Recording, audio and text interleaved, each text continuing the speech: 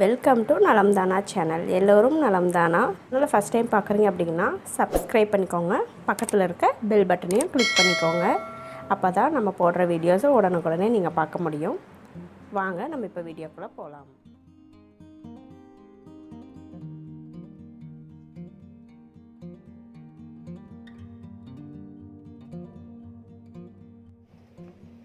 Friends, இன்றைக்கி நம்ம என்ன பார்க்க போகிறோம்னா, இதுதான் ஒரு பரோட்டா சப்பாத்தி இதுக்கெல்லாம் வந்து டேஸ்ட்டாக இருக்கக்கூட ஒரு சைட் டிஷ் வந்து செய்ய போகிறோம்.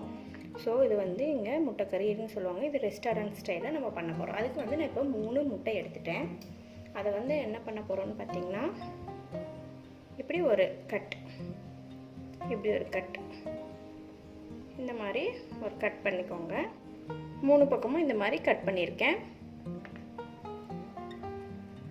நான் எப்போவுமே வந்து எங்களோட குவான்டிட்டிக்கு தகுந்த மாதிரி தான் இன்க்ரீடியன்ட்ஸ் ஆட் பண்ணுவேன். நீங்கள் உங்களோட குவான்டிட்டிக்கு தகுந்த மாதிரி இன்க்ரீடியன்ட்ஸ் ஆட் பண்ணிக்கோங்க. ஸோ இப்போ இந்த 3 முட்டைகளையும் வந்து வச்சு நம்ம எக்கு கறி பண்ணலாம்.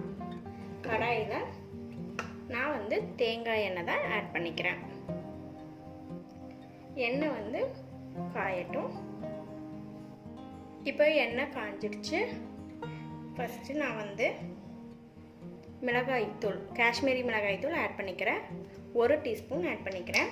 அடுத்தது மஞ்சள் தூள் ஆட் பண்ணிக்கிறேன். அடுத்தது உப்பு ஆட் பண்ணிக்கிறேன். ஸோ இது எல்லாத்தையும் ஆட் பண்ணி நல்லா கலக்கி விட்டுடலாம் எண்ணெயில். இது வந்து கருகிடக்கூடாதுங்க. ஸோ ஜஸ்ட் நல்லா கலக்கி விட்டுக்கலாம். சிம்லேயே வச்சு நீங்கள் எண்ணெய் வந்து சூடு பண்ணிவிட்டு இப்படியே நீங்கள் வறுத்து எடுத்துக்கோங்க. இப்போ வந்துட்டு நம்ம கட் பண்ணி வச்சோம் இல்லைங்களா, இந்த எக்கு வந்து இதில் ஆட் பண்ணிடலாம்.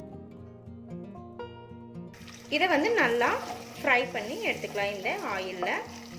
அப்போ தான் இந்த மசால் வந்து இந்த எக்கில் வந்து உள்ளே இறங்கும்.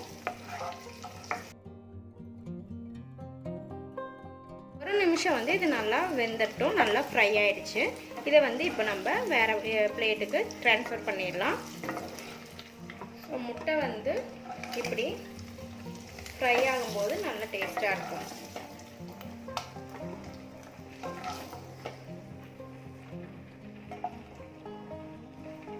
இந்த காஞ்ச எண்ணெயிலேயே ஃபஸ்ட்டு வந்துட்டு 1/4 டீஸ்பூன் ஜீரகம் சேர்த்துக்கிறேன்.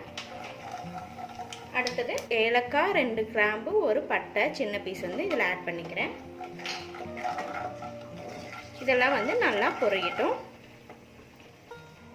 இது பொரிஞ்சிருச்சு. இப்போ வந்து நான் கொஞ்சமாக 3 பல்லு பூண்டும் 1/2 இன்ச்சு வந்து இஞ்சியும் வந்து வெட்டி வச்சுருக்கேன். ரொம்ப சின்னதாக வெட்டி வச்சுருக்கேன். அதை ஆட் பண்ணிக்கிறேன். நிறைய போட வேண்டாங்க, இந்த அளவுக்கு போட்டாவே போதும். ஸோ இதுவும் நல்லா வணங்கட்டும். அடுத்தது 1 பச்சை மிளகாய் வந்து நான் வெட்டி வச்சுருந்தேன். அதை ஆட் பண்ணிக்கிறேன். ஆல்ரெடி நான் வந்து மிளகாய் தூள் ஆட் பண்ணியிருக்கேன். அதனால் நான் 1 மிளகாய் தான் ஆட் பண்ணிக்கிறேன். உங்களோட காரத்துக்கு தகுந்த மாதிரி நீங்கள் ஆட் பண்ணிக்கலாம். வெங்காயம் 1 எடுத்து நல்லா சின்னதாக கட் பண்ணி வச்சுருக்கேன். அதை ஆட் பண்ணிக்கிறேன். ஸோ இதெல்லாம் வந்து நல்லா வணக்கி எடுத்துக்கலாம்.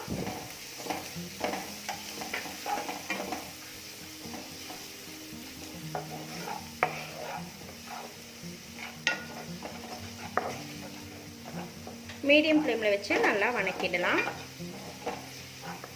இது நல்லா வணங்கி வரணும்.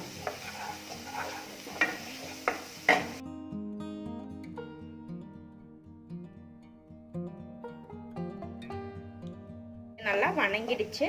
அடுத்தது வந்து நான் 2 தக்காளி எடுத்து அரைச்சி வச்சுருக்கேன். அந்த பேஸ்ட் வந்து ஆட் பண்ணிக்கிறேன். ஸோ இது வந்து பச்சை வாசம் போகிற வரைக்கும் நல்லா வேக விடணுங்க. ஸோ இதை வச்சு நல்லா வேக விட்டுடலாம். மீடியம் ஃப்ளேமில் விட்டு இது நல்லா வேகணும். இப்போ மூடி வச்சு மூடியிருக்கேன். நல்லா ஒரு 5 மினிட்ஸ் வெந்துடட்டும். இப்போ வந்து திறந்து பார்த்துடலாம். தக்காளி வந்து நல்லா வெந்துடுச்சுங்க. ஸோ பச்சை வாசம் போயிடுச்சு. இப்போ நம்ம என்ன ஆட் பண்ணலாம் அப்படின்னா, 1/2 டீஸ்பூன் சோம்பு தூள் ஆட் பண்ணிக்கிறேன். 1/4 டீஸ்பூன் அகெயின் வந்து நான் மஞ்சள் தூள் ஆட் பண்ணிக்கிறேன். 1 டீஸ்பூன் வந்துட்டு நான் மல்லித்தூள் ஆட் பண்ணிக்கிறேன். அகெயின் 1/2 டீஸ்பூன் வந்துட்டு நான் காஷ்மீரி மிளகாய்த்தூள் ஆட் பண்ணிக்கிறேன். ஸோ நீங்கள் காரம் பார்த்துட்டு ஆட் பண்ணிக்கலாம். இது கூட நம்ம ஒரு சீக்ரெட் இன்க்ரீடியண்ட் ஆட் பண்ண போகிறோம். ஸோ இதெல்லாம் வந்து நல்லா இப்போ மிக்ஸ் பண்ணிடலாம். ஸோ நல்லா மிக்ஸ் பண்ணியாச்சுங்க. வேகட்டும், இதோட பச்சை வாசம் போகணும். ஸோ இப்போ பார்த்திங்கன்னா நல்லா இந்த மிக்ஸ் வந்து நல்லா பிறண்டு வந்திருக்கு. ஸோ இந்த மாதிரி கெட்டியாகி வந்துட்டுருக்கு. ஸோ இப்போ வந்து நம்ம அந்த சீக்ரெட் இன்க்ரீடியன்ட் ஆட் பண்ணிடலாம். இதாங்க அந்த சீக்ரெட் இன்க்ரீடியன்ட். இது என்னென்னு பார்த்தீங்கன்னா கடலை மாவு. கடலை மாவு வந்து இது கூட ஆட் பண்ணும்போது ரொம்ப டேஸ்ட்டாக இருக்கும், ரெஸ்டாரண்ட் ஸ்டைலில் இருக்கும்.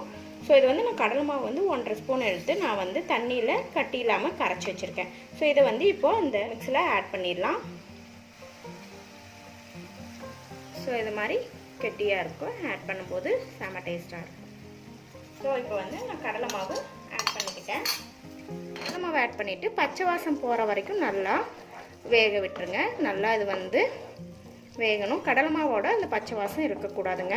இதை வந்து கலக்கி விட்டுடலாம். ஸோ இது வந்து நல்லா 5 மினிட்ஸ் வேகட்டும். அகெயின் இதை வந்து மூடி வச்சிடலாம். இப்போ வந்து நம்ம மூடி எடுத்துடலாம். கிரேவி வந்து நல்லா வந்துடுச்சு. ஸோ வாவ் மணக்குதுங்க. வந்து கடலை மாவு வந்து நல்லா வெந்துடுச்சு. ஸ்மெல்லும் அட்டகாசமாக இருக்குது. தண்ணி வந்து ஹாட் வாட்டர் ஆட் பண்ணாதான் இது கிரேவி நல்லா வரும். ஸோ வந்து நான் 1/2 கப் வந்து ஹாட் வாட்டர் ஆட் பண்ணிக்கிறேன். கிரேவிக்கு தேவையான வாட்டர் வந்து நான் இதில் ஆட் பண்ணிக்கிட்டேன். ஸோ இப்படி வந்து நல்லா மிக்ஸ் பண்ணிக்கலாம். கொஞ்சம் தான் ஆட் பண்ணியிருக்கேன், மீதி வந்து நான் அப்படியே வச்சுருக்கேன். 1 to 1.5 கப் வந்து ஆட் பண்ணிக்கலாம். இப்போ வந்து நான் இப்படி வந்து ஆட் பண்ணி கொஞ்சம் கிரேவியாக இருக்குது. கொஞ்சம் நல்லா கொதிச்சு வரட்டும். இப்போ கொதிக்குது பார்த்தீங்களா? இந்த டைமில் நான் 1/4 டீஸ்பூன் வந்து கரம் மசாலா ஆட் பண்ணிக்கிறேன். ஸோ இதையும் நல்லா வந்து கலக்கிடலாம்.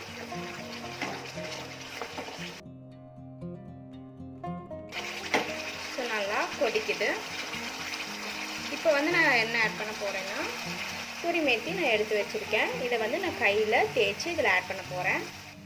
இப்போது நம்ம இப்படி கையில் கஸ்தூரி மேத்தியை தேய்ச்சிக்கலாம். இந்த கஸ்தூரி மேத்திக்கும் கடலை மாவுக்கும் தான் ரெஸ்டாரண்ட் ஸ்டைல் கிடைக்கும். மிஸ் பண்ணாமல் ஆட் பண்ணிக்கலாம். ஸோ கஸ்தூரி மேத்தி நான் ஆட் பண்ணிக்கிட்டேன்.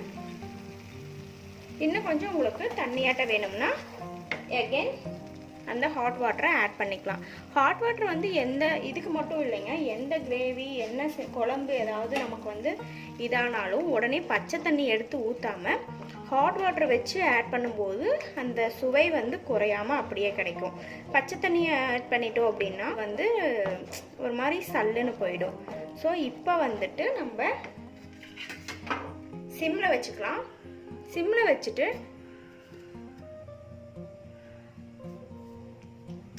நம்ம பொரிச்சு வச்ச இந்த முட்டைகளை இதில் ஆட் பண்ணிடலாம். இந்த முட்டைகளோட இந்த கிரேவி வந்து நல்லா மிக்ஸ் பண்ணிடலாம். ஸோ நம்மளோட ரெஸ்டாரண்ட் ஸ்டைல் முட்டை கிரேவி ரெடி ஆகிடுச்சுங்க.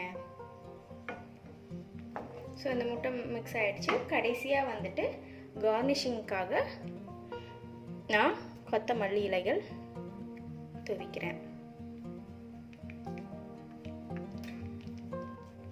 இந்த வீடியோ உங்களுக்கு பிடிச்சிருந்தா லைக் பண்ணுங்கள், ஷேர் பண்ணுங்கள், கமெண்ட் பண்ணுங்கள். தேங்க்ஸ் ஃபார் வாட்சிங்.